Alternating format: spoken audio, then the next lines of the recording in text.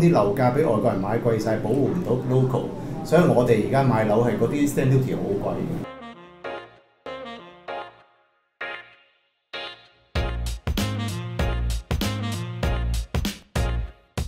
即係好似香港股市咁，前幾年啊股市唔得啦，就因為啲外資外流啦。好啦，踏入2025年個股市好似三關喎，咁係咪表示香港經濟好啊？大家都知道唔好啊。2025年經濟好咩？都唔好嘅喎，但係有外資翻嚟炒港股嘛。就好似用呢個比喻套翻落去英國嗰度，你見到英國都係一樣，唔係同個經濟掛鈎嘅。stamp duty 一路升㗎。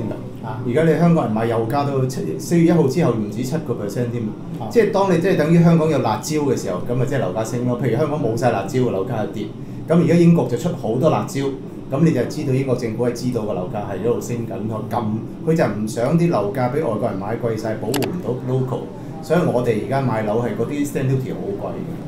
咁其實就佢根本係知道係升，佢先要出咁多辣椒。我就提出另一個觀點添啦，就係、我覺得英鎊，我唔敢講話英鎊已經見晒底，但係即係其實英鎊都喺低位徘徊咗幾耐㗎啦。1.2到1.25之間徘徊咁其實喺呢個位都好耐啦。咁如果長遠都係睇淡美元嘅，都應該會落翻一個相當嘅幅度咧。